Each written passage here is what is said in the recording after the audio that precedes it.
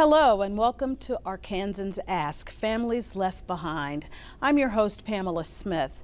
Did you know that 1 out of 28 children are affected by parental incarceration in the United States? Well, on this episode, we're going to take a look at the challenges it poses on the children and their caregivers right here in Arkansas. And joining me for this very important discussion are Alexis Beavers, who's the daughter of an incarcerated parent, Deanne Newell, who's been on the front line. She's the founder and executive director of Arkansas Voices for the Children Left Behind. Lisa Wiley, a former incarcerated mother and grandmother, and State Senator Joyce Elliott of Little Rock.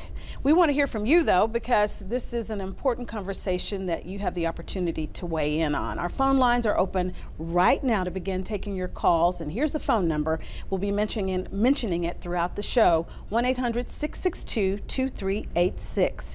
You can also email us at paffairs@aetn.org, and you can also join us on Twitter at AETN with the hashtag ARAsk. We're going to jump right into this important discussion. It's a very timely discussion, obviously, because it impacts a lot of people across the country and specifically here in Arkansas.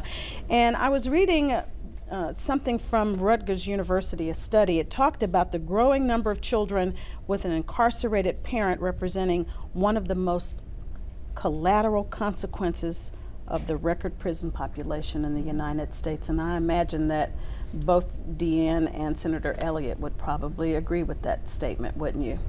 Talk a little bit about that. Well, first of all, it is epidemic. As we've faced mass incarceration over the years, every time we lock somebody up, they're more likely than not to be a parent of a minor-age child. And we don't really talk about that enough. And consequently, we have this problem of an expanding number of people inside who are parents, and consequently an expanding number of children. That these are children that the most noteworthy thing I can say based on research is they carry the largest volume of risk factors among any kind of setting or grouping of at-risk kids, because they have the more conventional notions of what's an at-risk kid is about. But then you incarcerate the parent, and there's a new cascade of risk that descend upon the child and upon the family.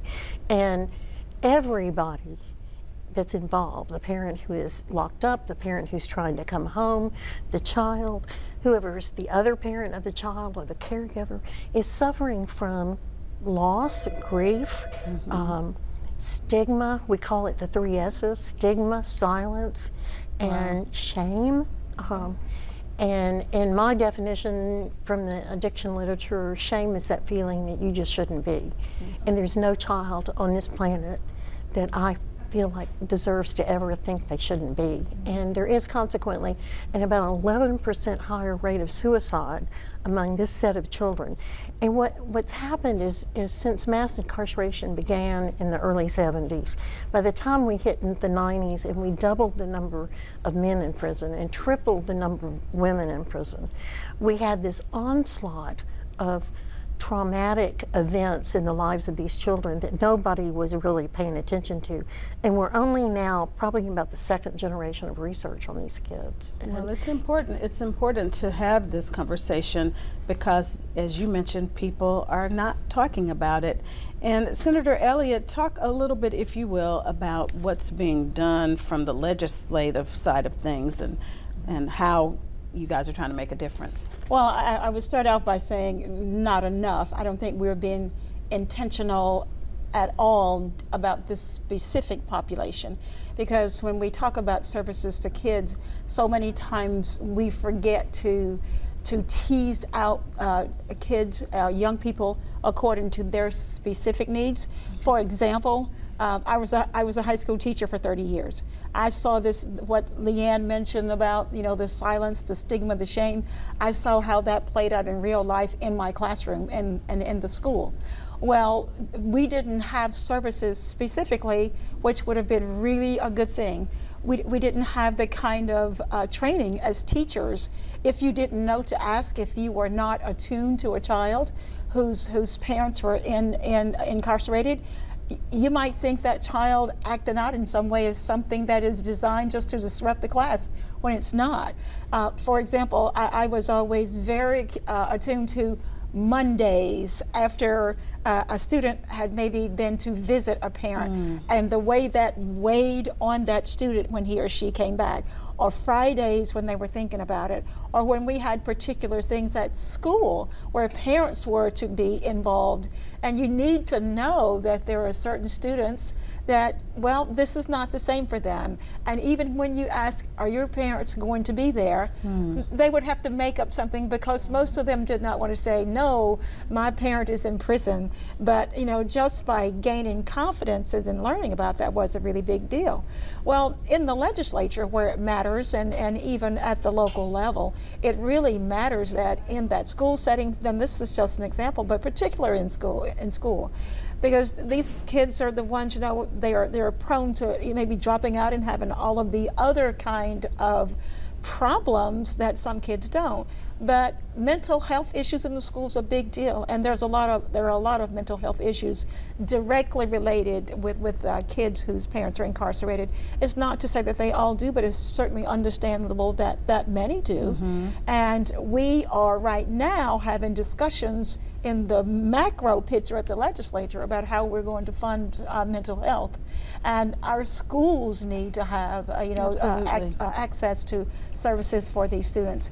And the collateral damage that we don't talk about most of the times when we talk about criminal justice reform, we don't include that collateral damage that Leanne referred to, and we should, because it's easier just to look straight down that path at either making sure we are talking about safety, and that's a good thing, or that we are trying to, in this case, reduce the number of beds we're having to pay for.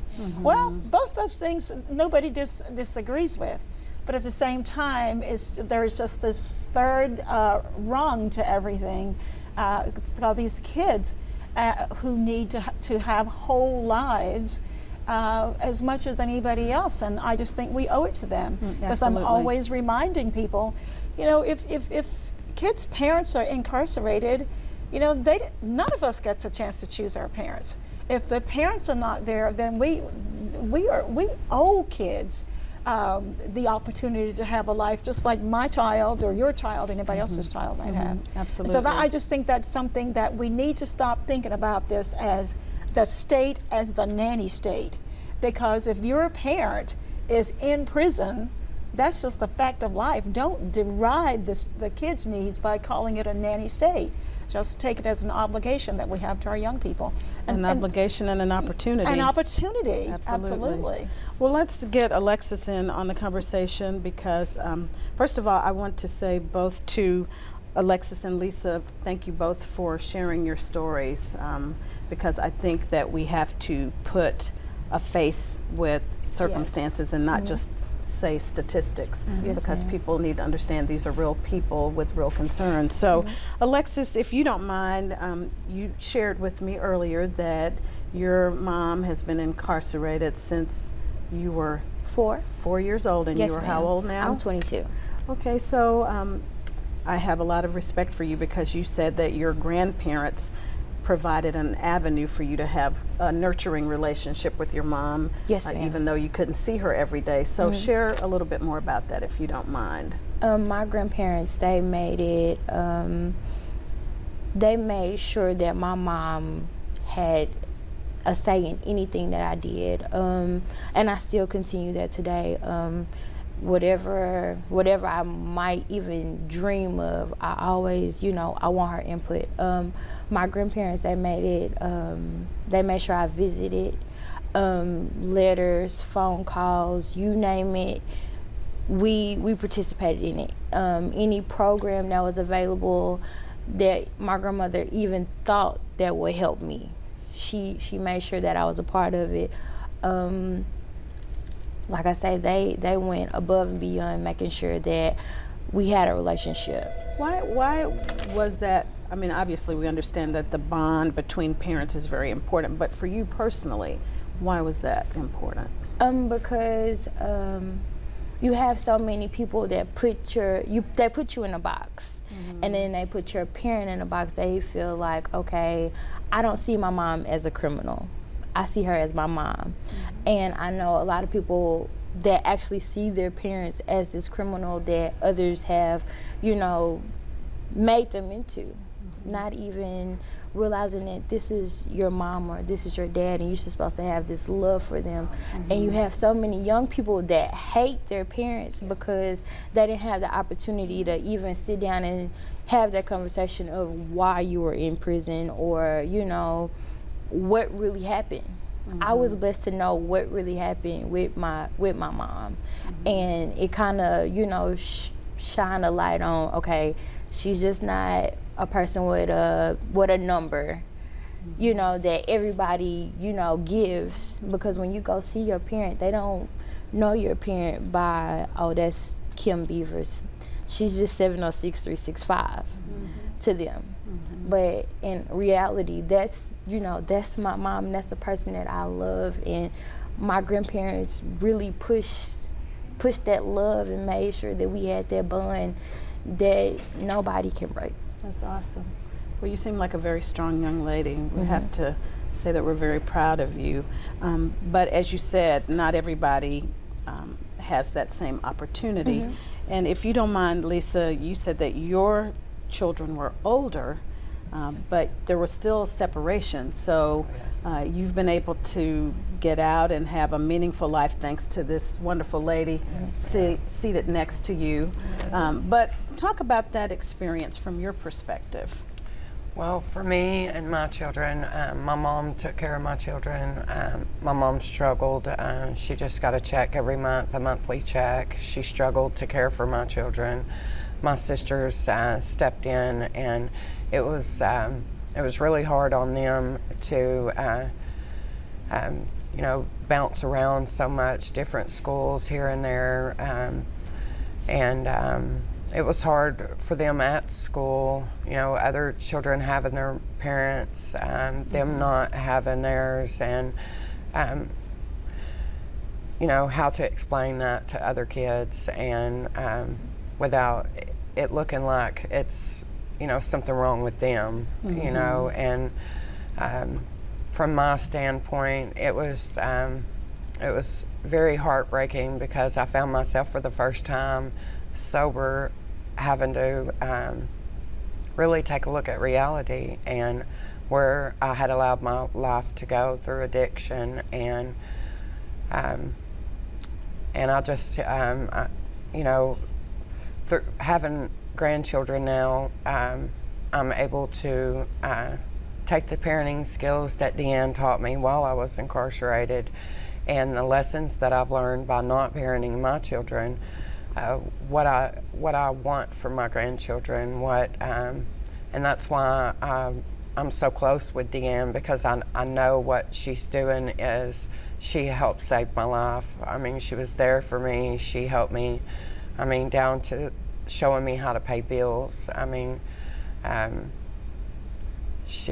today, you know, I'm where I'm at in my life, you know, first and foremost because of God. But Miss Deanne played such a big part, and she plays a big part in a lot of different children's and parents' life that are kind of behind the scenes that people don't see. And that's why I'm always here when she needs me, or if there's, you know, anything that I can ever do to help the next child that was left behind. Well, I appreciate your sharing that, and we want to talk more about how important having support is.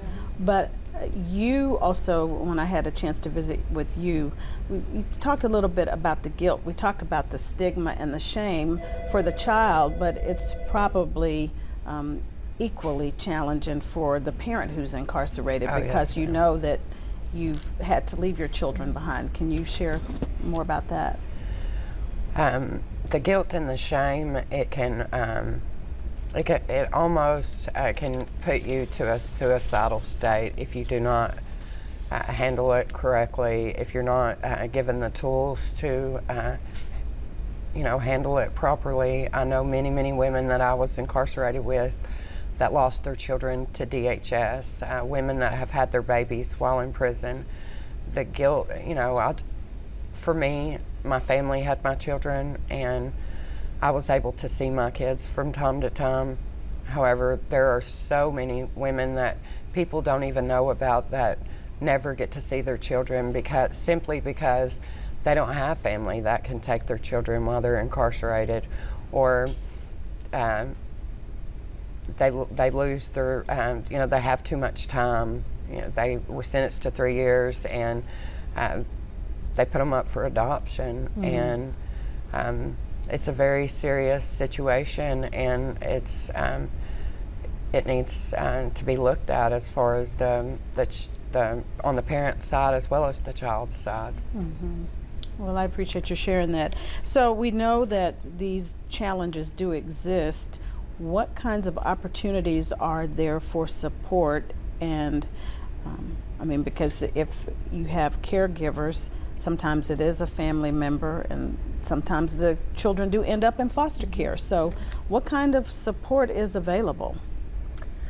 Well, having done this work for about 30 years now, I've begun to see more and more opportunities to provide the support, but we don't have the funding to really do it on a statewide basis. So over the years, the organization I founded, we've gotten some federal grants. We actually passed legislation in 2003 and passed it was called 1% to Prevent, and we thought we would get funding from general revenue funds.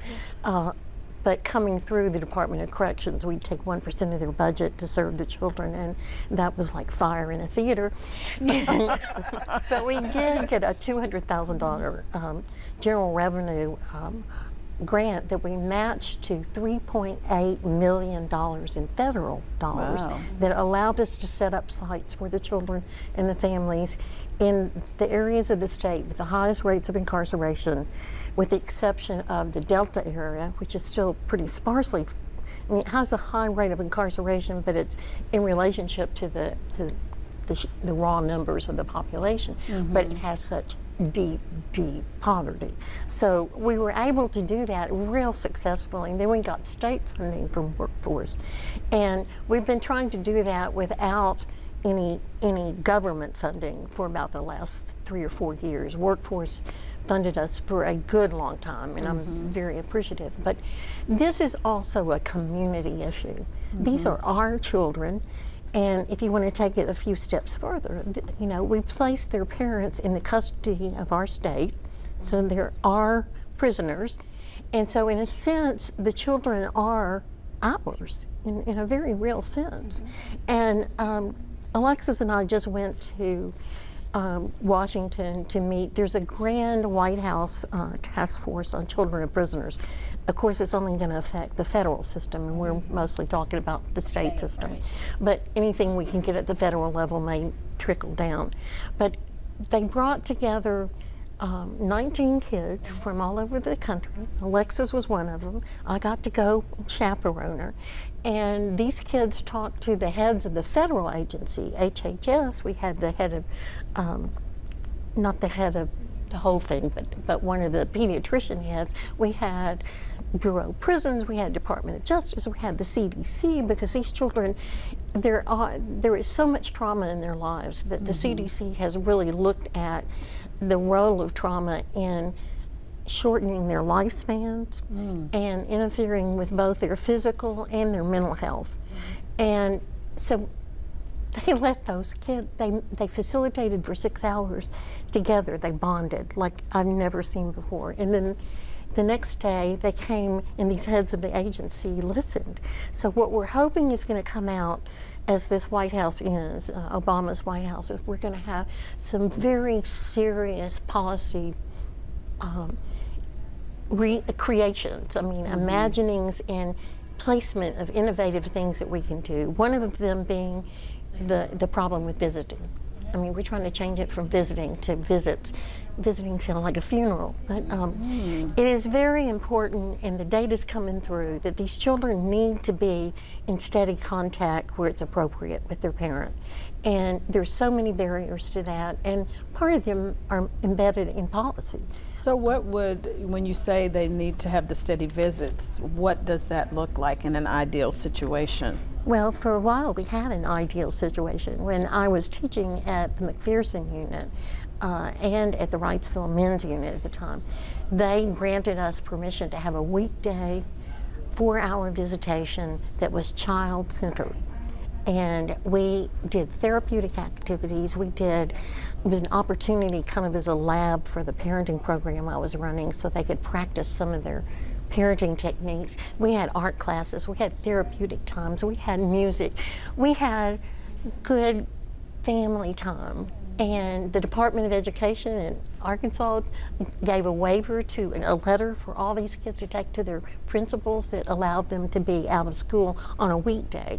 And it was such quality time that I've got some Clinton students involved right now, and we're looking back to see what the rate of recidivism was, because we think it's pretty low, that participated in that very, very child-focused, parent-child bonding opportunity. And just to demonstrate to all those in the criminal justice field that we can't keep ignoring what we're doing, the harm we're doing to these children and families, and trying to come home to a society that is stigmatizing you and preventing you from having sort of your rights come back. And everybody I see come home, they have to create an identity that's waiting for them that they didn't have before. It's very psychologically difficult. And you have to do that, and you have to reunite with your family, which is a lot of the work we do, is trying to bring the families back together. But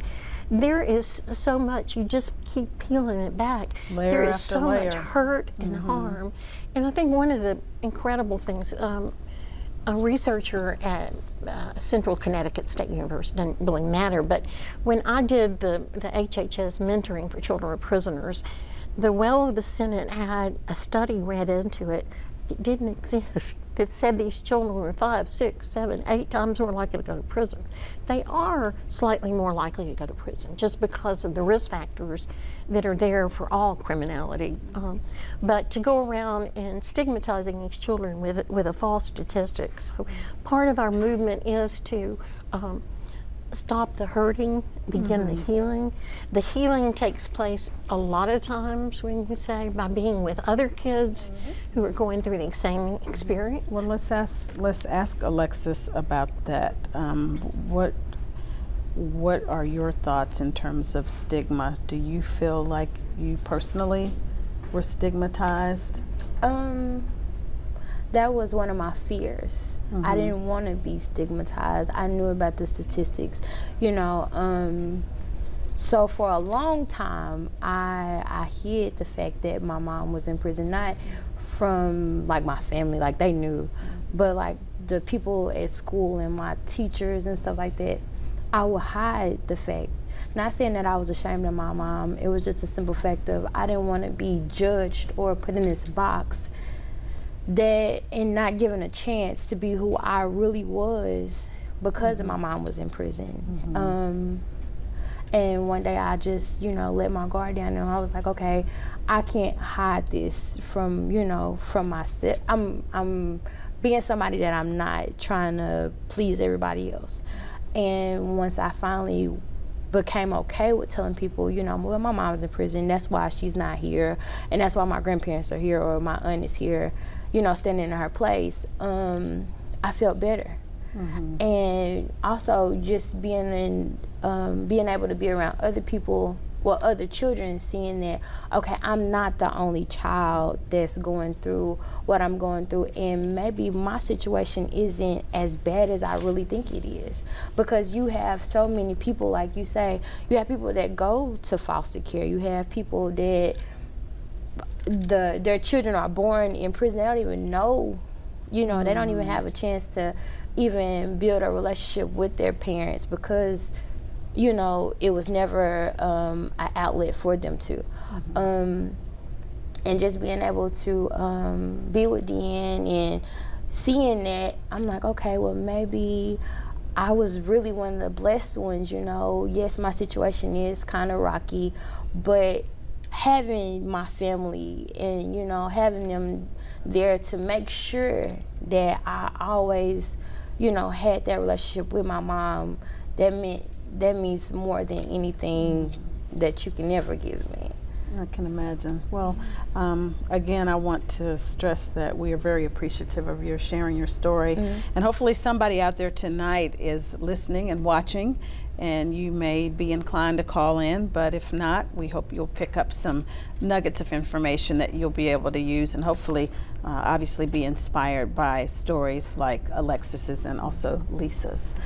Talk a little bit more about it from the policy side of things. Senator Elliott, we were talking about earlier about resources. I mean, that is just a real challenge in terms of having the kinds of resources necessary to meet what is obviously a growing demand. Yeah, it is a challenge, but the challenge is, I think, just as big outside of the legislature in the general public who could affect what legislators do, what we do in the policy arena. Is I think we put too much on young people like Alexis and the ones that I know in my community, the ones that I taught. The use of the word grit has gotten so fashionable, and in so many ways, we're not really careful. We're using grit and perseverance to give ourselves a pass and just say, you know, bone up and do it. Yet we don't ask that same thing of our own children. So I would ask the public to think about this in terms of knowing how difficult it is when a child grows up in what we call an average, regular, good home. That has its own challenges. And think about if suddenly you were not there and this were your child. Because I think the public doesn't ever come together and push for a movement to have better policies toward kids of incarcerated parents unless you see yourself in the people about whom we're speaking. You must, because this is something that can guide your policy. This is something that can guide your advocacy. As long as you can just put this veil up and not see these children, not understand the impact that this has on them, and as long as we continue to look at somebody who is a prisoner as less than, or somebody who's just getting what they deserve, and therefore remove yourself from thinking about all of the other things that go along with it, the public won't rise up and demand this. And I want to be really challenging to the public in thinking about this. Don't assume there's already just enough money in the system to do everything we need to do. If I were making the priorities, I would have different priorities. But we're in a time now where we basically are kind of anti-funding the things that matter, and we'll just use the word efficiency to say there's enough to pay for everything. There's not. And I wish the public would recognize that. Where we put our investments, we invest in the things I think that we find unacceptable and that we want to change. And for me, it's kind of like the only reason I would not be willing to invest in these kids, even if it meant it took a few pennies from me, because that's all it would mean. If it took a few pennies from me, it's worth that because it's unacceptable to me. And for me personally, the only reason I wouldn't do that is I'm saying this must be okay. And every time I say that, basically, I'm saying it about other people's children. And as long as we can keep this otherness to this, we can give ourselves a pass. But I wish we had the capacity to do more things, such, help grandparents who are raising kids. That's a big issue. It is a big issue. And we it's see an that economic every day, issue. don't we? Yes, we do. And it's so much that goes along with that. I wish we were much more intentional and could support foster families. If a child, for example, is born in prison, that child came from somewhere. We ought to support the notion of, even if you're in a foster home, that needs to be a discussion at some point that's appropriate for the growth of that child, because a child should not grow up just saying, I came from somewhere. Because you're going to be like Alexis, denying who you are if you know in some cases. And I have seen this happen with young people trying to just fit in. And we don't have these support systems, and it would be nice if everything could just be done by community and it didn't take more funding, but it does. But what the public really needs to understand and demonstrate through their advocacy to people like us, I'm not mad at you. I am not going to come after you just because you did something to support kids and ask us to help. In fact, the public ought to demand it. And the public ought to volunteer to say, this is what I'm willing to invest to make sure.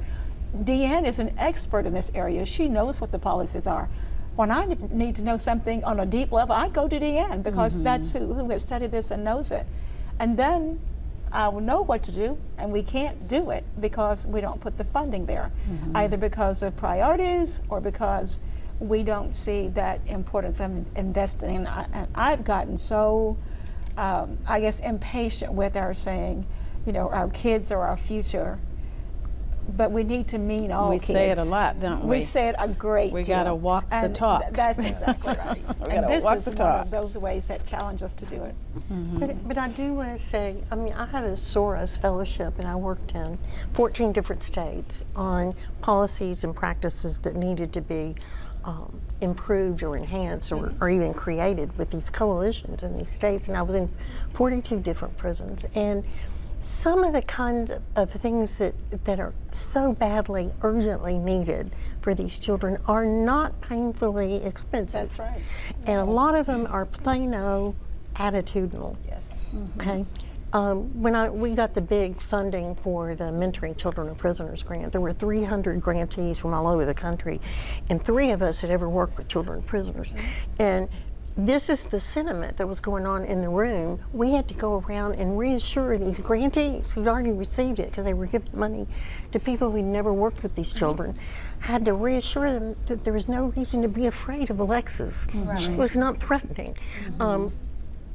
The attitudinal things, when you start, you know, really digging deep down into how people look at a beautiful woman that's come home, that's done great, and see something that I don't see.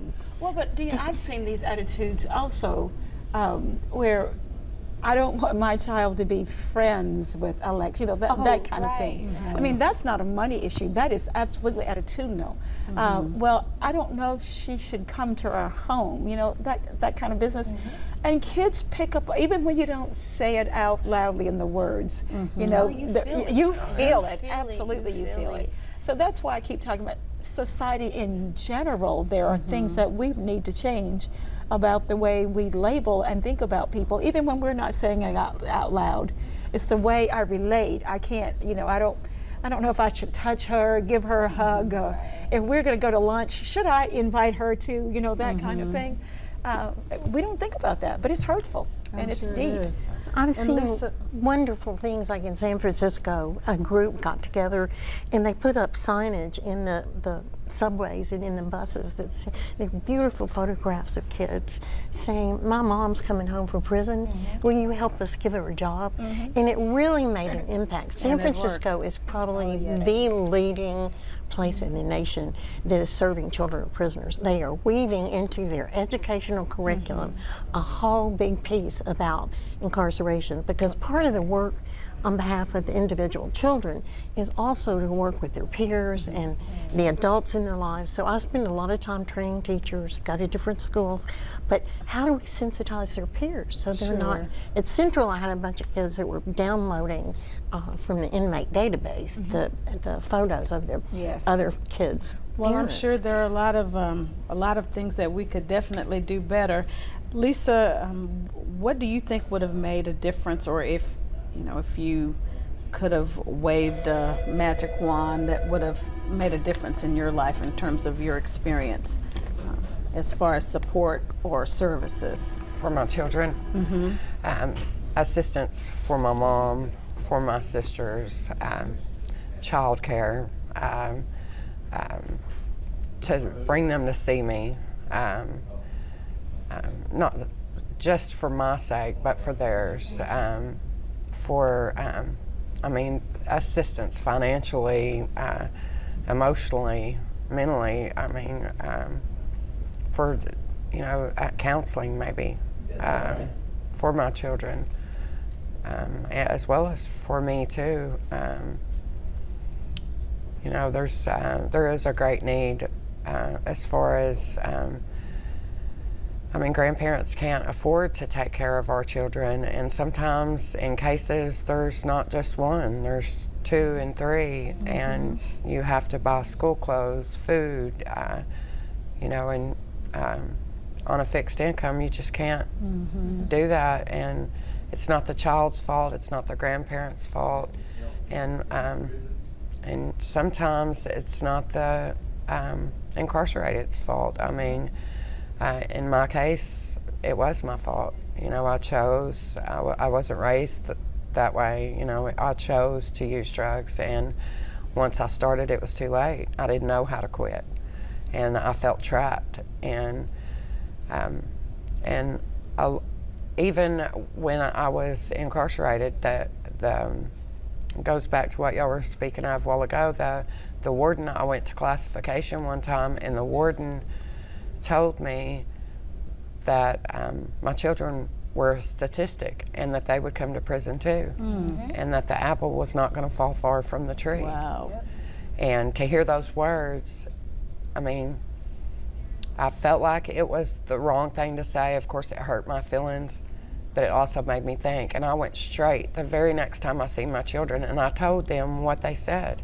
And I told them, you know, you have to make a change in your life and do things different, because this is the way they look at you. This is the way they want you to be. I mean, the way that it sounded to me is like my children only had like a 2% chance of not becoming an inmate, and that they had to work really extra hard to not do it.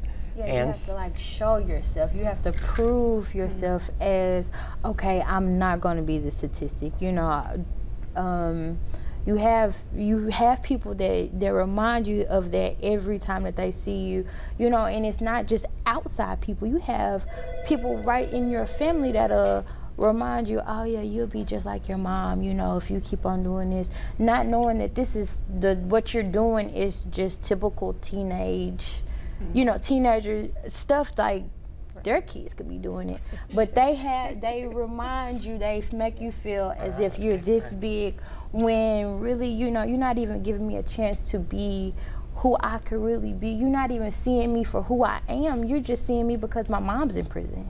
You're just seeing me because, you know, I had you know, I didn't have a mom, you know, and it's adults that the people that you think that would defend you, you know, from just your peers.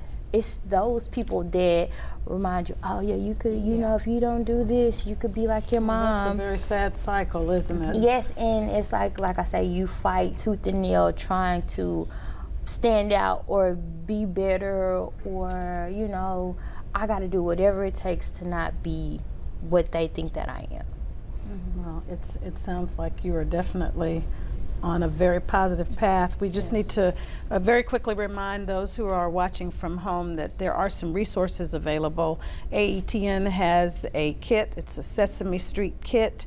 They're going to put the information on the screen if you'd like more information about that, or you'd like to get access to the kit. The information is on the screen. We also remind you that you can call in at 1-800-662-2386. You can tweet us at AETN using the hashtag ARAsk.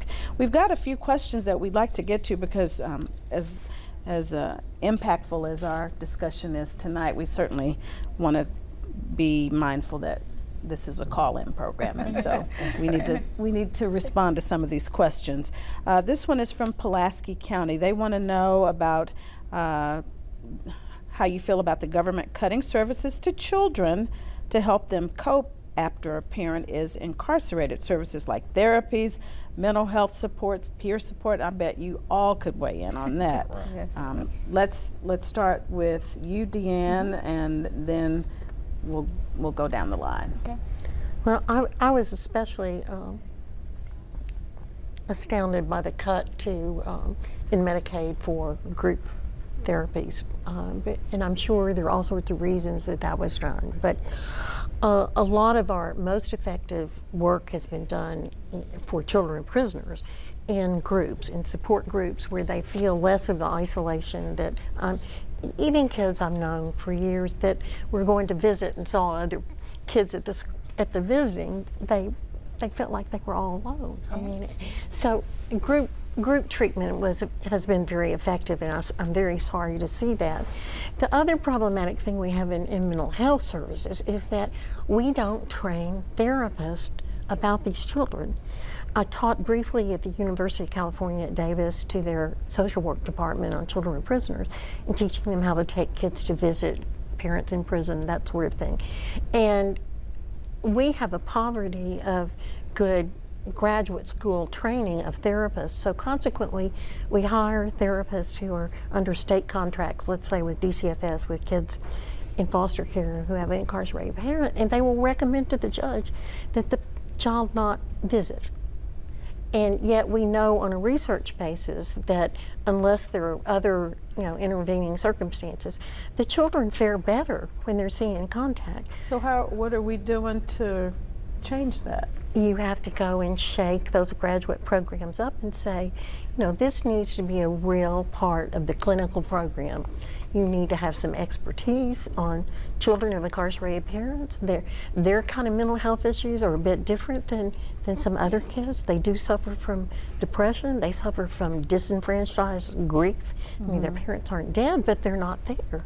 And kids are saddened, and we even have clinical depression. We have PTSD because these children often are in situations where they get traumatized not just once but multiple times. Repeatedly.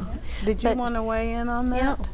Yes, because that's what I at the top of this show when I first was talking about this, that we don't tailor our services to the discrete needs of students, of children whose parents are incarcerated, because it is different.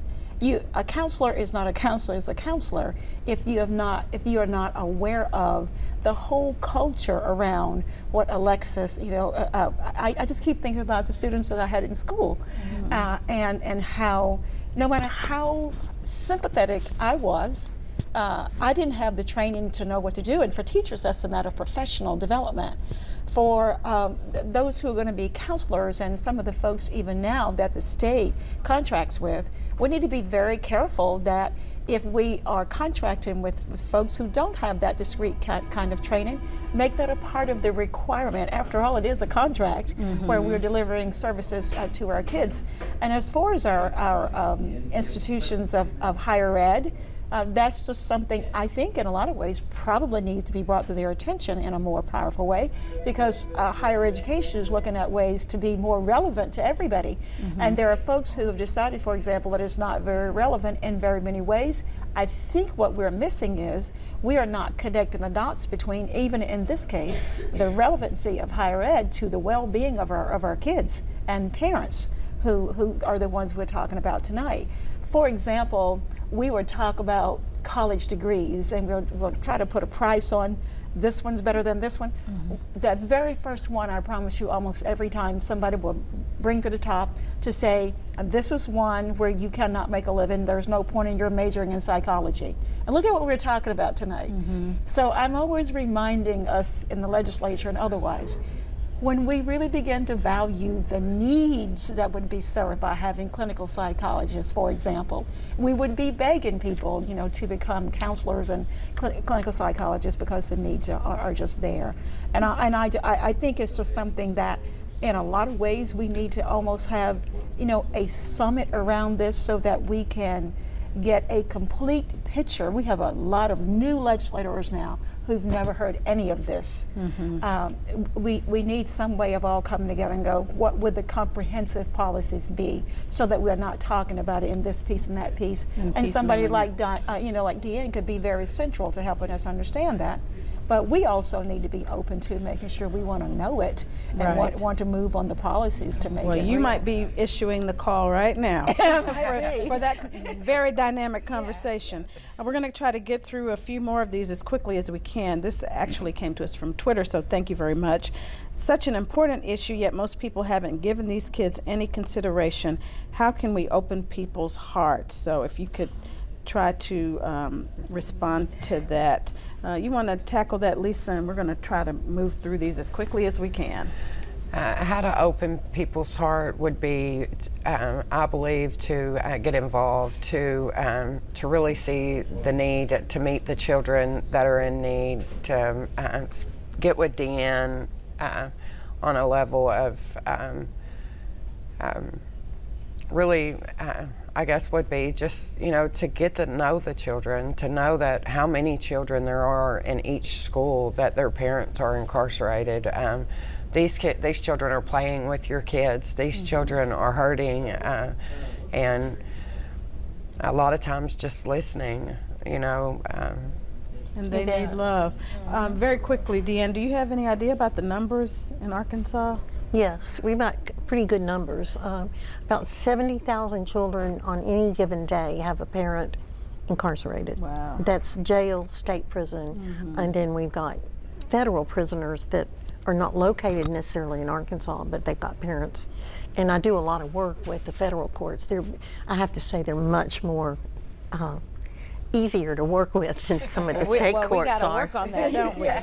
But I mean, that's 10%, maybe a little bit more of our childhood population. So we're talking about a significant number of children. And if you talk about children of color, it gets down to 1 out of every 8 children has a parent behind bars. So the whole, racialization of incarceration is That's really a whole hammering. subject for another show. Deanne. Okay, this is a compliment actually for you, Alexis. The caller wanted to say that they wanted to compliment you about how you look and about your priorities, having them straight and moving on in such a positive direction. So Thank you. continue to do that. Continue to let your light shine.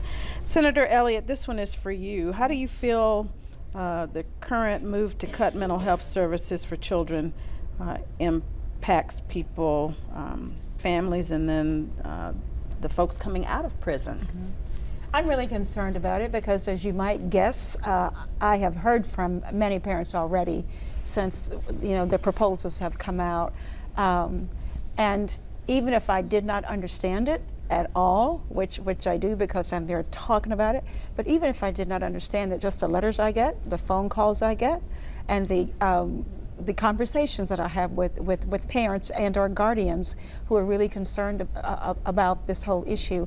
And I'm also getting concerns from schools as well, because that's just one of the places a lot of these students are.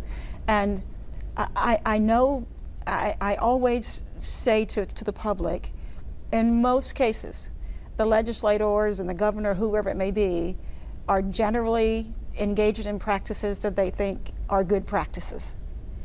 And if they don't hear from you, they will go on thinking it's a good practice. That's why it's so important to be involved in this process and not just assume everything is going to be okay. Because as we were mentioning earlier, the importance of, if you know anything about young people, you know how much peer pressure plays a role in their lives. That can also be positive, especially in group settings, and it's so important for that just being inclusion and not feeling alone. And one of the reasons these proposals are there, real quickly, is that there was a study that was done on this, and we were found to be out of bounds in the way that we were using their services, but without getting into a whole big discussion about it, when I talk to the providers, I learn, of course, that's not exactly an apples to apples comparison. There are some issues with that. So I don't want people to take it as just because we have a study, all things are done according to what might or might not be best practices for our own state. And whether we have good intentions or not as legislators, that's not the case if it doesn't translate into good practice. Sure. And that's why it's so important for the public the providers, the parents and so forth, and teachers and everybody to weigh in to say to the legislators and to the governor, this is what this means. Is this what you really want to have happen? Sure. I suffice it to say, I have real concerns about it. Yeah, Okay, I thank do. you. For people who don't know what the recommendations are to support those who are incarcerated, how can we help? Lisa. I would say letters, encouragement. I know for Deanne, I met her in a parenting class while I was there, and I really connected with her. I listened. I was very drawn to her. I listened to every word she said. I listened to her positivity, telling me that that's not the life I had to live. I can do this on my own. I don't, and so it's just nice to have somebody that you can lean on. You know, for me, with my family, I didn't want to lean on my family anymore. I had taken them through my addiction. They had taken care of my children most all their life, and I felt like that was one more burden for them when I came home. Mm-hmm. And so when I came home, that's who I called, was Deanne. And Deanne, she led the way. She showed me how to do this. And then later on, my family didn't want to hear, you know, I'm not going to do this anymore. I'm going to live something different. My family didn't want to hear that anymore. They wanted to see it. Mm-hmm. And so as I started living right, and I started, you know, working, paying my own bills, getting my own place, that's when, you know, my family let their guard down, and they were able to truly let me in. And I think that everybody needs some kind of mentor. I believe that in any struggle that you're dealing with, no matter what you're in prison with, everybody has their own struggle. I mean, even, you know, in the world. Mm-hmm. But you know, I would say that the main need for incarcerated people is a mentor, someone that they can talk to outside of family. And well, this hour has really gone by so quickly, and we have so many great questions that we would love to get to. Let's try to tackle one more, because we only have a couple minutes left in our program. Where are the husbands of the children of the parents that are incarcerated? Are they required financially to support the children while the other parent is locked up? Certainly they can be, but a lot of them are caring for the children. But in a typical, we're talking about women in prison, it will be a maternal single grandmother living on a fixed income. And I just want to say that we have 64,000 grandparents, according to 2010 census, who are raising grandchildren, and the largest percentage of those have incarceration somewhere embedded in the reason that they're taking care of their children.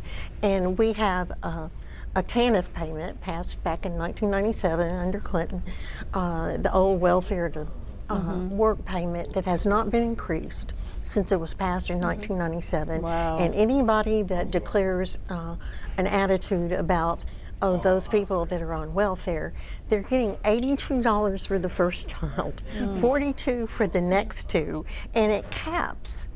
So the more children you have, the less you get. Okay, and these children come in packages of 3.1 children for a parent in prison and 2.9 kids for a dad in prison, disproportionately 9 times more fathers. But I just want to add that the intervention that we are now really, really evaluating is family mentoring, and that is what you can volunteer with my organization. Okay, give them your contact information. Where do they? Just go to www.arkansasvoices.org, and then my phone number is all over cyberspace, so call me up. Appreciate that. We're going to give Alexis the opportunity to have the final comments tonight. If you want to perhaps share a message with some other young people who perhaps have been in your shoes or may be in your shoes now. I want to let everybody know that, like you say, that might be in my shoes or walking in my shoes now, you are not the only one. You know, it's somebody that you can reach out to and talk to. Just open up, start talking, and like I say, you're not the only one. You don't never know what the person beside you is going through. Maybe your story, they might not be going through what you're going through, but maybe your story could just help them out in some kind of way and show them that maybe it's not as bad as I might think it is. And I just thank y'all for having me. Well, we on thank here. you for being here and brave enough to share your story. You too, Lisa, and also for being an encouragement to somebody who may be watching tonight. Yes, ma'am. All right. Well, thank you, ladies, for this very enlightening discussion. We obviously know there's much more work to be done, but collectively we can all work to make a difference. So thank you. And thank you for watching. We hope you have gleaned some useful information that can make a difference in the lives of your family. Have a good night.